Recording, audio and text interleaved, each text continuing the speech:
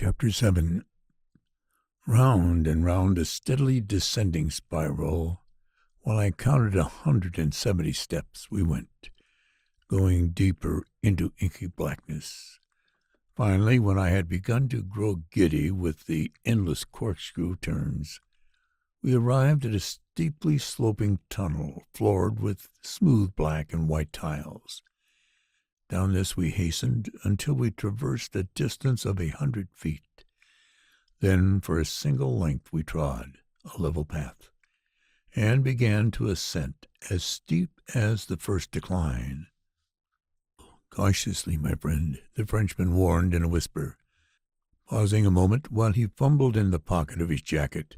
My companion strode toward the barrier and laid his left hand on its heavy wrought-iron latch. The portal swung back almost as he touched it, and "Who is there?" challenged a voice from the darkness. De Grunden threw the ray of his torch across the doorway, disclosing a tall, spare form in gleaming black plate armor, over which was drawn the brown sage habit of a monk. The sentry wore his hair in a sort of bob, approximating the haircut affected by children today. On his sallow, immature face sprouted the rudiments of a straggling beard. It was a youthful face and a weak one which de Grandien's light disclosed, but the face of youth already well schooled in viciousness. "Who's there?"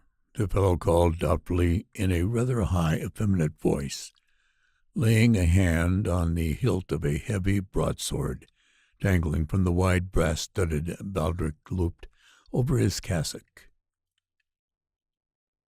"Those in the service of the Most High God, petite bête," returned de Grunden, drawing something, a pronged sprig of wood, I thought, from a jacket pocket and thrusting it toward the warder's face. "Hey!" cried the other sharply, slinking back. "Touch me not, good messieurs, I pray. "Ah, so," de Grunden gritted between his teeth, and drew the branch stick downward across the sentry's face. Astonishingly, the youth seemed to shrink and shrivel in upon himself, trembling as though with an ague. He bent forward, buckled at the knees, fell toward the floor, and was gone. Sword, armor, cassock, and the man who wore them dwindled to nothingness before our sight. 100 feet or so farther on, our way was barred by another door, wider, higher, and heavier than the first. While no tiller guarded it, it was so firmly locked that all our efforts were powerless to budge it. "Friend Trowbridge," de Grunden announced, "it seems we shall have to pick this lock, even as we did the other. You keep watch through yonder grill while I make the way open for us." Reaching up, he moved aside a shutter covering a barred peephole in the door's thick panels. Then, dropping to his knees, drew forth his wires and began working at the lock. Gazing through the tiny wicket, I beheld a chapel-like room of circular formation, cunningly floored with the slabs of polished yellow stone inlaid with occasional plaques of purple. By the glow of a wavering visual lamp and the flicker of several guttering ecclesiastical candles, I saw the place was roofed with a vaulted ceiling, supported by a number of converging arches, and the pier of each arch was supported by the carved image of a large human foot, which rested on the crown of a hideous, half-human head, crushing it downward and causing it to grimace hellishly with mingled pain and fury. Beyond the yellow sanctuary lamp loomed the altar, approached by 3 low lamps, and on it was a tall wooden crucifix, from which the corpus had been stripped, and to which had been nailed, in obscure caricature, a huge black bat, the staples fastening the poor beast to the cross must have hurt unmercifully, for it strove hysterically to free itself.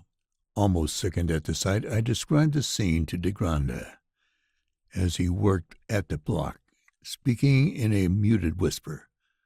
For though there was no sign of living being save the tortured bat, I felt that there were listening ears concealed in the darkness. "Good," he grunted, as he hastened with his task. "It may be that we are yet in time, good friend." Even as he spoke, there came a sharp click, and the door's heavy bolt slipped back under the pressure of his improvised picklock. Slowly, inch by careful inch, we forced the great door back. But even as we did so, there came from the rear of the circular chamber the subdued measures of a softly intoned Georgian chant, and something white moved forward through the shadows. It was a man, arrayed in black steel armor, over which was drawn a white surtout emblazoned with the reversed Passion Cross, and in his hands he bore a wide-mouthed brazen bowl, like an alms basin. In the tray rested a wicked-looking curved-bladed knife. With a mocking genuflection to the altar, he strode up the steps and placed his burden on the second tread. Then, with a coarse guffaw, he spat upon the pinioned bat and backed downward. As a signal, a double file of armored men came marching out of the gloom, ranged themselves in two ranks, one to right, one to left of the altar, and whipped their long swords from their sheaths, clashing them together, tip to tip, forming an arcade of flashing steel between them. So softly that I felt rather than heard him, de Grandin sighed in suppressed fury as blade met blade, and two more at arms, each bearing a smoking censer, strode forward beneath the roof of steel. The perfume of the incense was strong, acrid, sweet, and it mounted to our brains like the fumes of some accursed drug. But even as we sniffed its seductive scent, our eyes widened at sight of the form which paced slowly behind the mailed acolytes. Ceremoniously, step by pausing step, she came, like a bride marching under the arbor of uplifted swords at a military wedding, and my eyes fairly arched at the beauty of her. Milk-white, lissome and pliant as a peeled willow wand, clad only in the jeweled loveliness of her own pearly whiteness, long bronzed hair sweeping in a cloven tide from her pale brow and cascading over her tapering shoulders, came Dunro O'Shane. Her eyes were closed, as though in sleep, and on her red full lips lay the yearning half-smile of the bride who ascends the aisle to meet her bridegroom, or the novice who mounts the altar steps to make her full profession. And as she advanced, her supple, long-fingered hands waved slowly to and fro, weaving fantastic arabesques in the air.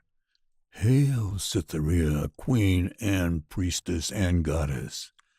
Hail, she who confers life and being on her servants!" came the full-throated salutations of the double row of armored men as they clashed their blades together in marital salute, then dropped to one knee in greeting and adoration. For a moment, the undraped priestess paused below the altar stairs. Then, as though forced downward by invincible pressure, she dropped, and we heard the smacking impact of soft flesh against the stone floor as she flung herself prostrate and beat her brow and hands against the floor in utter self-abasement before the marble altar and its defiled cavalry. "Is all prepared?" the question rang out sonorously as a cowled figure advanced from the shadows and strode with a swaggering step to the altar. "All is prepared," the congregation answered with one voice. Then bring the Paschal lamb, even the lamp without fleece. The deep-voiced command somehow sent shivers through me. Two armored warriors slipped quietly away, returning in an instant with the struggling body of a little boy between them, a chubby child, naked, who fought and kicked and offered such resistance as his puny strength allowed, while he called aloud to Mama and Grandma to save him.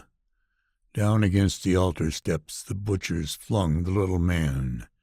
Then one took his chubby, dimpled hands in relentless grip, while the others drew backward at his ankles, suspending him above the wide-mouthed brazen bowl, reposing on the second step. Take up the knife, priestess and queen of godly Slumus, the hooded master of ceremonies commanded. Take up this sacrificial knife, that the red blood may flow to our goddess, and we hold high with sail in her honor. O'er land and sea, o'er burning desert, and heaving billow have we journeyed. Villains, assassins, renegades, Jules de Grandin bounded from his station in the shadow of like a frenzied cat. By the blood of all the blessed martyrs, you have journeyed altogether too far from hell, your home.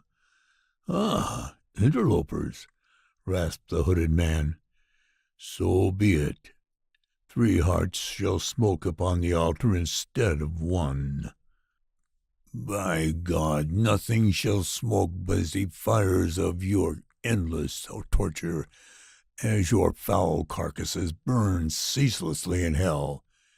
De Grandin returned, leaping forward, and drawing out the forked stick with which he had struck down the porter at the outer gate. A burst of contemptuous laughter greeted him.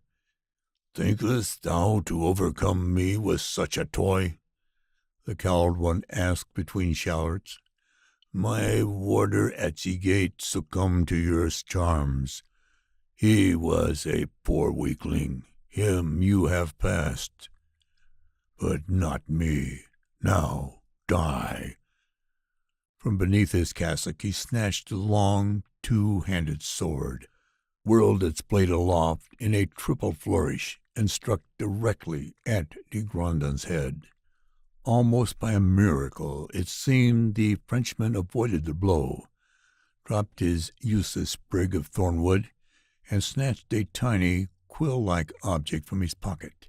Dodging the devastating thrusts of the enemy, de Grandin toyed an instant with the capsule in his hand, unscrewed the cap, and suddenly changing his tactics, advanced directly on his foe.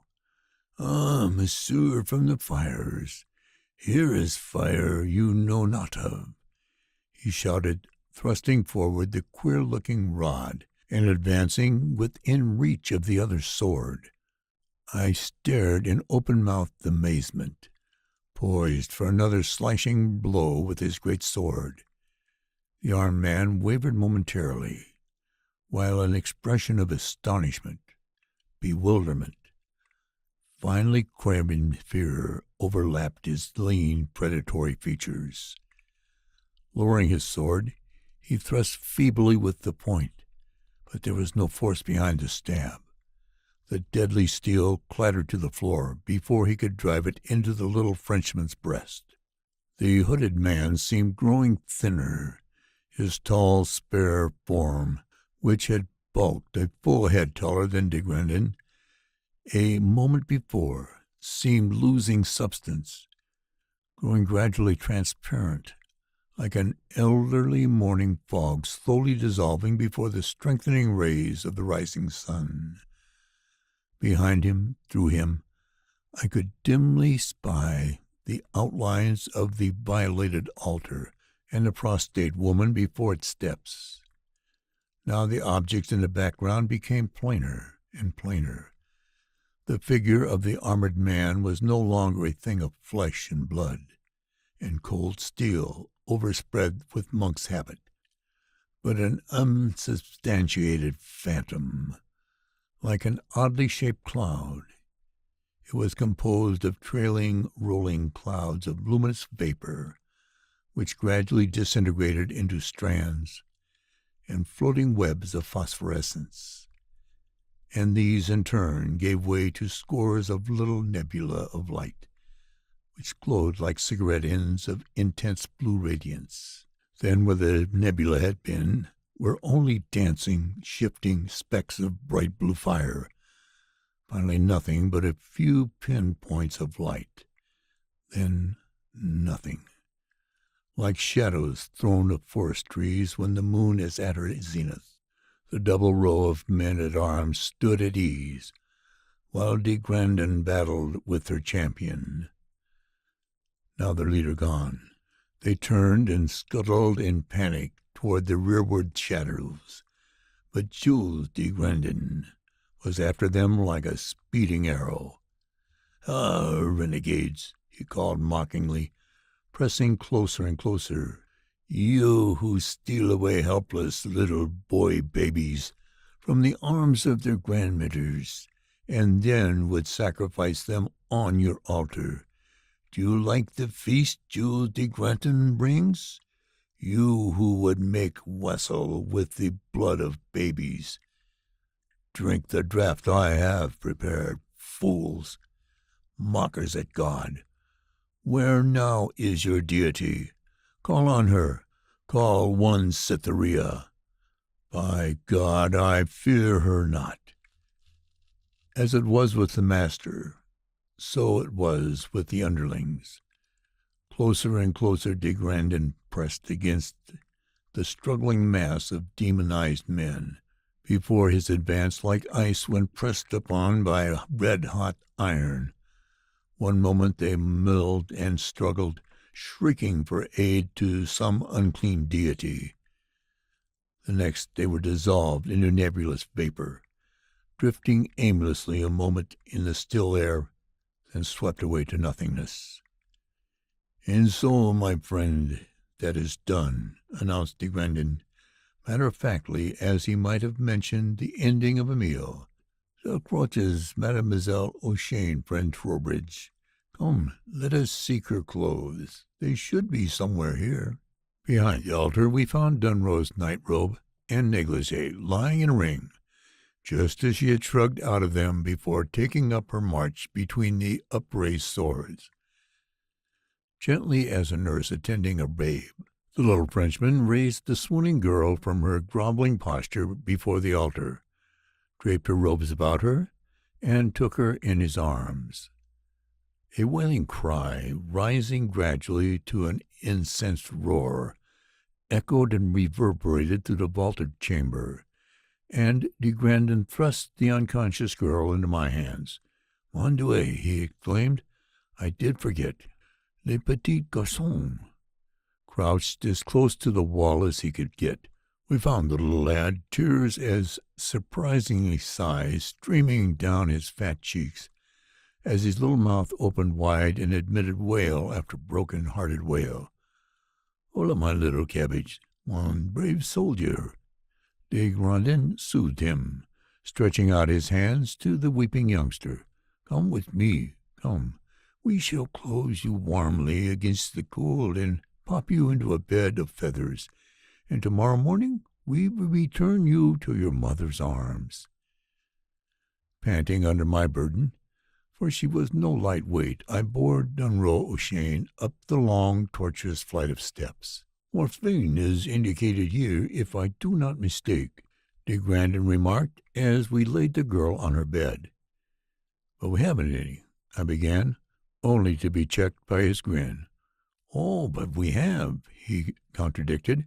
"I foresaw something like this was likely to come about, and abstracted a quantity of the drug, together with a syringe, from your surgery before we left home." When we had administered the narcotic, we set out for our own chamber. Little boy, warmly bundled in blankets, held tightly in de Grandin's arms. At a nod from the Frenchman, we paused at Dunro's studio, lighted several candles, and inspected her work. Fairly spread upon her drawings board was a pretty little scene, a dimpled little boy crawling and smiling in his mother's lap, a proud and happy father leaning over them, and in the foreground a group of rough bucolics kneeling in smiling adoration. Why, the influence, whatever it was, seems to have left her before we went down those secret stairs, I exclaimed, looking admiringly at the drawing.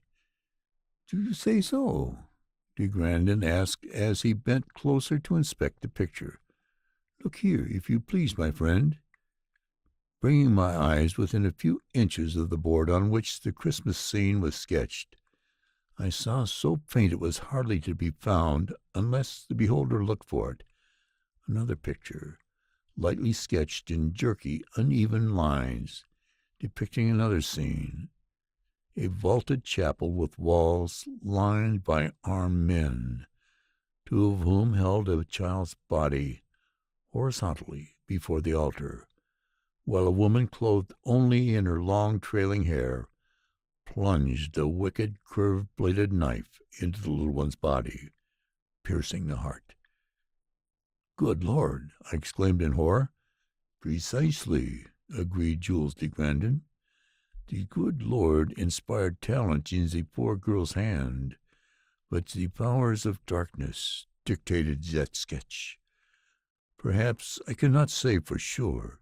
She drew both the picture we see here, and the good one was formerly the faint one.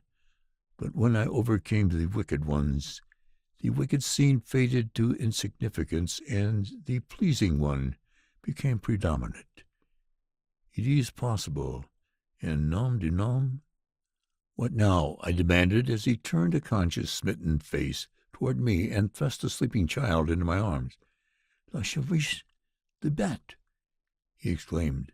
I did forget the poor one suffering in the stress of greater things. Take the little man to a room, and soothe him, my friend. Me, I go down those 10,000 times damn stairs to the never-enough-to-be-cursed chapel, and push the poor brute out of its misery. You mean you're actually going into that horrible place again? I demanded. Eh bien, why not? He asked. Why? Those terrible men, those... I began, but he stopped me. My friend? He asked as he extracted a cigarette from his dressing-gown pocket and lighted it nonchalantly. Have you not yet learned that when Jules de Grandin kills a thing, be it man or be it devil, it is dead? There is something there which could harm a newborn fly, I do solemnly assure you.